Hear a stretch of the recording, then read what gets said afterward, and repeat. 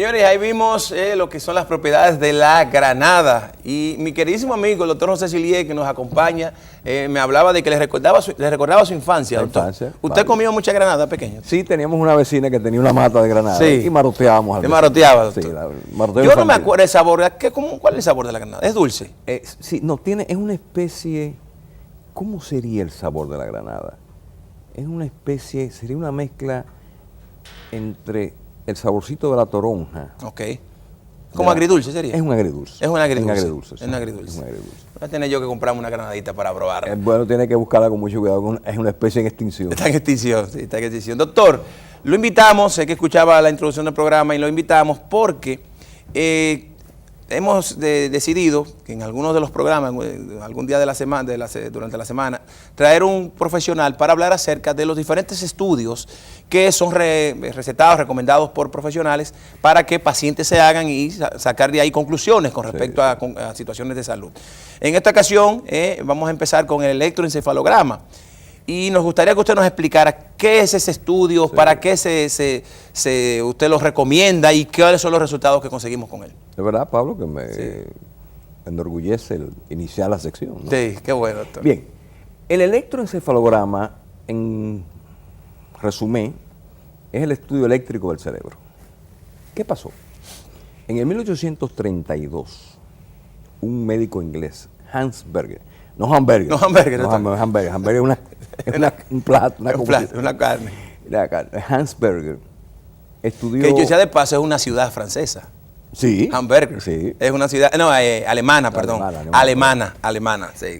Ese fenómeno de estudiar las ondas cerebrales, eso es de que una célula tiene una actividad eléctrica. Todas las células tienen una actividad eléctrica. Un punto positivo y un punto negativo. Mientras haya vida, hay energía. Entonces a este claro investigador se le ocurrió tratar de determinar las ondas cerebrales. Entonces, ¿qué es el electroencefalograma? Es un aparato, se le ponen los electrodos al paciente y eso estudia, traduce la electricidad cerebral,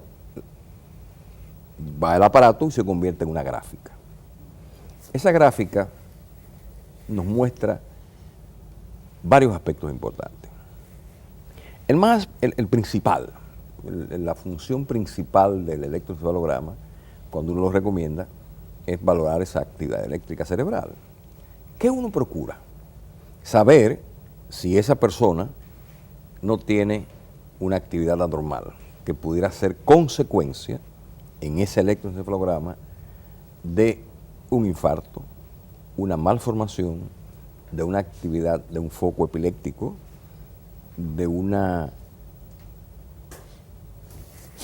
daño tal que haya una actividad isoeléctrica. Es decir, que uno procura con el electroencefalograma estudiar 4 aspectos principales, pero el básico, donde más lo utilizamos los neurólogos, es en tratar de determinar la actividad eléctrica epileptogénica. Okay. ¿Qué pasa? Como es una electricidad constante, al pasar al aparato, el aparato lo codifica en un gráfico como el electrocardiograma. Okay. Pero el electroencefalograma fue primero que el electrocardiograma. Entonces esta gráfica, doctor, dice, como usted habla que la constancia, ¿no? Sí. Que debe tener constancia, ¿cuándo sabemos que hay algún problema? Es cuando se pierde esa constancia. Exactamente, o sea, sí. ¿Qué pasa? Es como el electro, ¿no? Sí. O sea, usted tiene una onda, como hay movimientos musculares, hay movimientos oculares que lo pueden cambiar, el centelleo eléctrico, sí, visual lo puede cambiar, los sonidos lo pueden cambiar. O sea, un cerebro tranquilo da esta gráfica. Un cerebro anormal, foco epiléptico, hace esto. Entonces, innegablemente en ese punto uno puede determinar porque se le pone un sombrero al paciente con electrodos, que es lo que percibe la función cerebral eléctrica a través del cráneo. Okay. Entonces, nosotros podemos determinar, bueno, este paciente tiene un foco en tal área, porque estamos estudiando el área frontotemporal, parieto occipital, del lado derecho. Okay. Entonces se hacen lo que llaman los montajes. Esos montajes varían de acuerdo a si es niño, si es un adolescente, si es un adulto mayor, etcétera. En lo que significa esto es que lo primero es un estudio no invasivo. No duele nada. No duele. Porque simplemente se le pone su sombrero, el paciente dependiendo, hay electros de media hora, de una hora, hay electros. Hoy día hay una telemetría electroencefalográfica. Se le pone su sombrero al paciente, igual que el Holter de 24 horas, se le pone su pila, el paciente se va a hacer su vida normal y eso está conectado a una central o grabado en el aparato, en la computadorita que se le pone. Sí. Entonces, ese paciente hace su vida normal y nosotros determinamos, bueno, este paciente hace actividad eléctrica anormal durante el sueño. Este paciente hace actividad eléctrica normal durante la comida. Disculpe que le interrumpa, doctor. ¿Qué determina esa anormalidad? Esa anormalidad en ese momento específico. O sea, ¿por qué en el sueño? Bueno, en el sueño sería por tal cosa. ¿Existe una razón por cada una? Sí. Realmente que en el sueño hay mayor actividad eléctrica, por eso hay mayores anormalidades. Dice que en el sueño, durante el sueño el cerebro trabaja más. Claro. Sí. Durante el sueño el cerebro tumba los breakers del cuerpo. Usted está desmongado. Sí. Usted está en un... Sí. Pero ese cerebro, en ese momento, usted se le acerca a una persona durmiendo y usted va a ver que ese cerebro está haciendo así, los ojos. Los ojos. Es que ese cerebro está trabajando a 1000.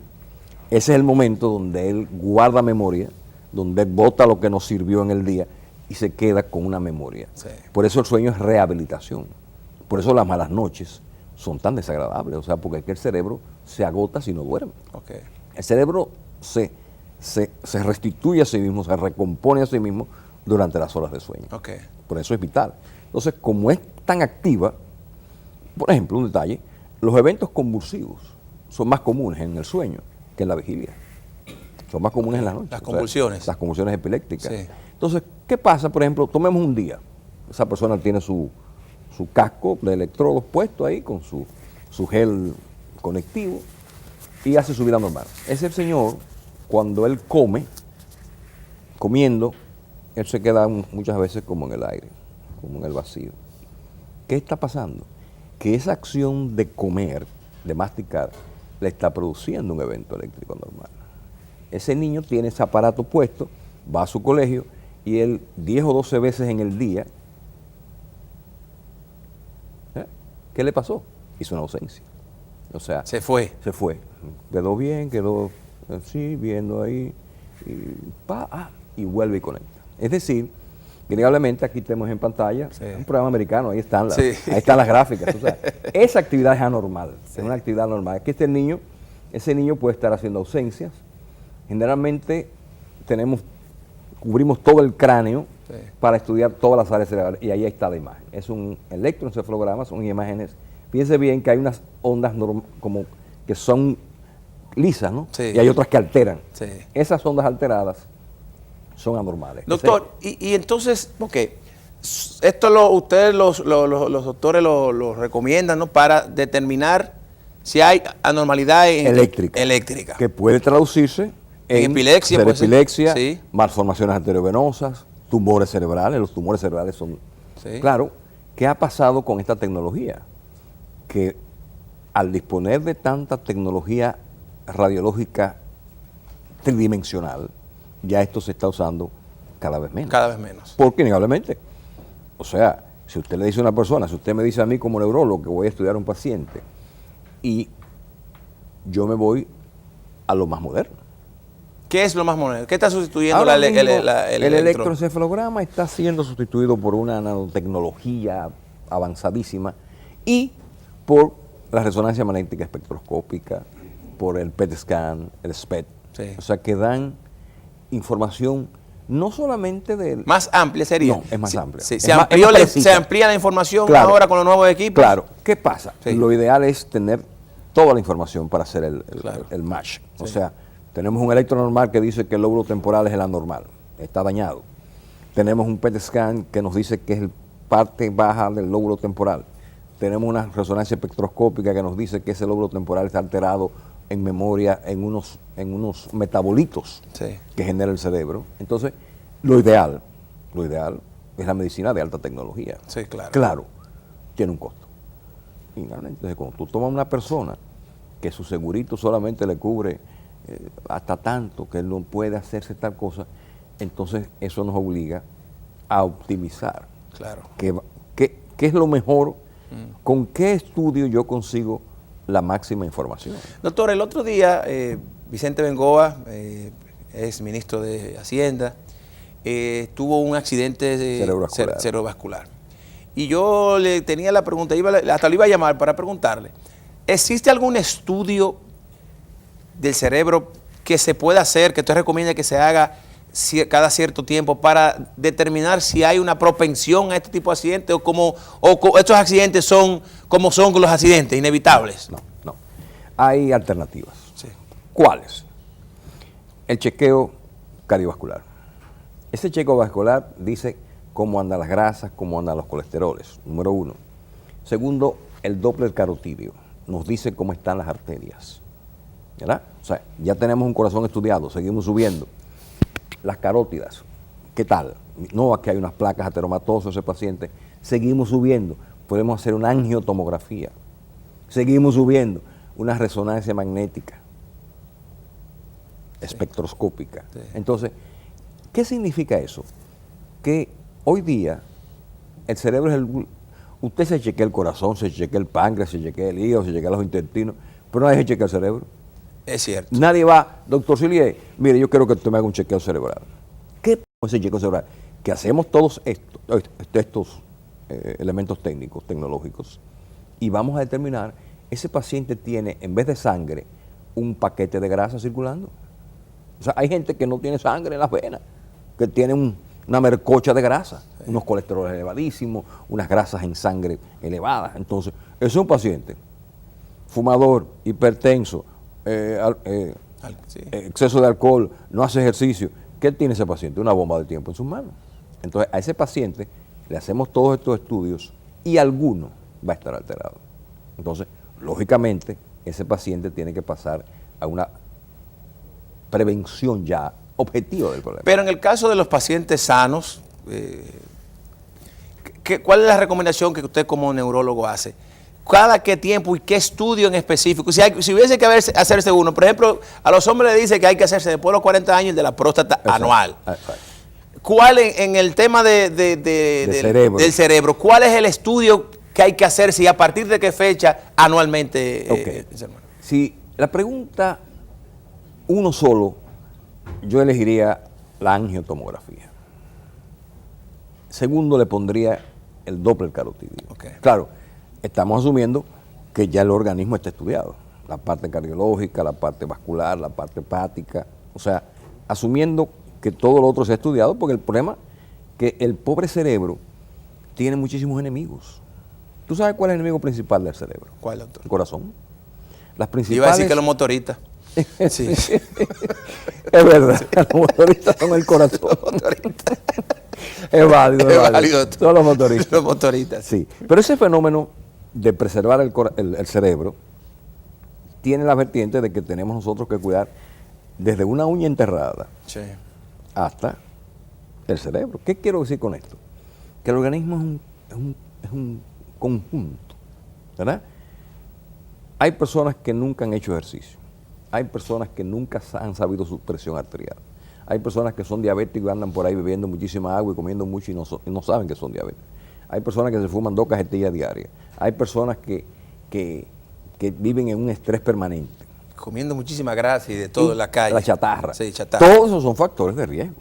Son factores de riesgo. O sea, que usted me dice, ¿se puede prevenir el accidente cerebrovascular? Sí, con la vida sana, con esos, tomando sus correctivos vasculares y haciendo su chequeo. Y después de cierta edad, nosotros recomendamos el uso de los antiagregantes plaquetarios. Yo recibo pacientes de 60, 70 años que no saben cómo están sus grasas en sangre. Óyeme, y a usted no le no me duele la cabeza a veces, doctor, y a usted no le han chequeado, no, y cuando usted viene a ver, ese paciente es una bomba de tiempo para un derrame cerebral. Entonces, son 2 factores importantes, básicos. Esa grasa, esa tensión arterial. La tensión arterial es el factor principal de los derrames cerebrales, tanto para los infartos como para las hemorragias. Para ambos, la presión arterial, usted tiene que tener una presión 120, 80. Usted ha hablado, doctor, de la cariótida, ¿no? Del estudio, la carótida, que es un estudio que usted recomienda. Y el tema de la circulación va muy relacionada, por lo que deduzco, está muy relacionado obviamente con el funcionamiento del cerebro. Sí. Me refiero porque el cerebro funciona, esa es la gasolina, ¿no? La gasolina, del entonces cerebro. El cerebro es necio, el cerebro no negocia. No negocia. Si al cerebro tú le quitas un poquitín de ese flujo sanguíneo, él tumba los breques. O te da un vértigo, o te da una apatía, o te da una pérdida de conocimiento. Pero igual si pasa lo contrario, si tenemos sangre... El exceso, si hay un rompimiento de un vaso. No, ahí hay una hemorragia, y las hemorragias son mucho más catastróficas en sentido de vida que los infartos. Es más grave la hemorragia que el infarto. Sí. Entonces, esa presión alta, ese estrés sostenido, esa vida activa, los estimulantes sexuales están causando muchas muertes. Sí. Sí, esas energías. Doctor, pero la gente dice que no. Yo he escuchado profesionales, y no voy a poner la comilla porque no puedo dudar de ellos, sí, hablando acerca de que todavía no se ha estudiado, no se ha relacionado las pastillas, los estimulantes sexuales con complicaciones. Porque siempre son los excesos. Los excesos. No. O sea, esos elementos han venido a aumentar la felicidad de ambos. Sí. De él y de ella. Sí, ¿no? claro. Son los excesos que están haciendo principalmente. Por ejemplo, Viagra decían que era viejas agradecidas, era que sí, el término de Viagra. No conocí ese. Era viejas agradecidas. Viejas agradecidas. Indudablemente que no. Estamos hablando, claro, si no hay cardiopatía, si usted no está tomando nitratos, o sea, el riesgo, claro, es el exceso que se haga de ello. Okay. Entonces, como todo. Pero personas que tienen, por ejemplo, situaciones cardíacas o problemas tienen que conversarlo con su médico, sí, su internista, su cardiólogo. Hago el comentario porque me acuerdo cuando salió la Viagra, que es la marca, pero obviamente fue el primer estimulante sexual que salió.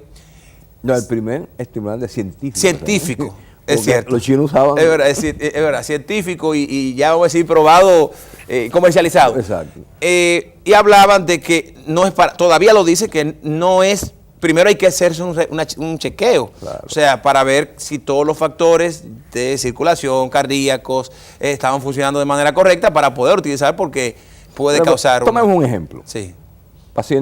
Persona, no paciente necesariamente, un joven 30 y tantos años. Ese joven de 30 y tantos años ocasionalmente hace arritmias cardíacas. Él siente un galope desmedido del corazón. Bueno, él no va al cardiólogo porque él tiene 30 y tantos años, ¿sabes? No es nada. Ese individuo empieza la fiesta los jueves con los energizantes, termina el viernes con la pastillita, vuelve a los energizantes y eso lo hace reiteradamente. Un día, ese mismo personaje le da un infarto. ¿Qué pasó? Ese individuo tenía una cardiopatía previa, que él no lo sabía porque no fue al médico. Entonces, se cometió los excesos, a veces usan la cocaína, la marihuana, sí, todo lo que está, la modernidad esta. Sí. Entonces, innegablemente que ese es un suicidio. Doctor, y en el caso yo sé que nos salimos del tema totalmente, pero en el caso de estas bebidas energizantes, en el tema cerebro, ¿hacen algún efecto? Porque supongo que esa euforia afectan de alguna forma u otra el exceso. Sí. Ese exceso, pues no quiere decir que ustedes tomen sí, eso no, porque moderación. Pero esos excesos, continuados y repetidos, ¿qué van a producir en el cerebro?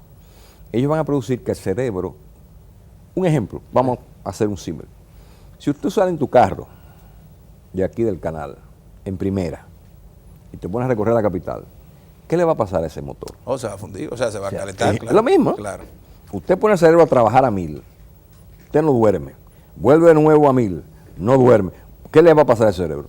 Sí. Que ese cerebro va a actuar y como todo tiene un punto de fractura. Claro. El cerebro se fractura como los huesos. Así es. ¿Entiendes? O sea, se fracturó el cerebro. ¿Qué pasó? La fractura del cerebro son los derrames cerebrales, los accidentes cerebrovasculares. Entonces, doctor, para concluir, que ya nos hicieron señas, que usted se va rápido del programa. El electroencefalograma, doctor, ¿no duele? Indoloro. Indoloro. Totalmente. Seguro. Da mucha información, muy seguro. Da mucha información. ¿Qué tiempo dura, doctor? Es variable. Uno lo pide de media hora, de una hora y a veces hasta de De un día completo. Del día completo. Así es que, y ya sabemos que para ver el movimiento, ¿no? La actividad cerebral. La actividad cerebral es lo que se utiliza este estudio. Doctor, muchísimas gracias. No, un placer. Siempre le agradecemos al doctor José Siliey que nos acompañe y nos orienta sobre estos temas tan importantes. Ya lo saben, el electroencefalograma, cuando ustedes se lo recomienden, hágaselo con seguridad y sin miedo, que no duele, es rápido y va a dar mucha información que va a ser vital para su buena salud. Nos vamos, señores. Gracias por su atención. Pasen excelente resto del día. Bye, bye.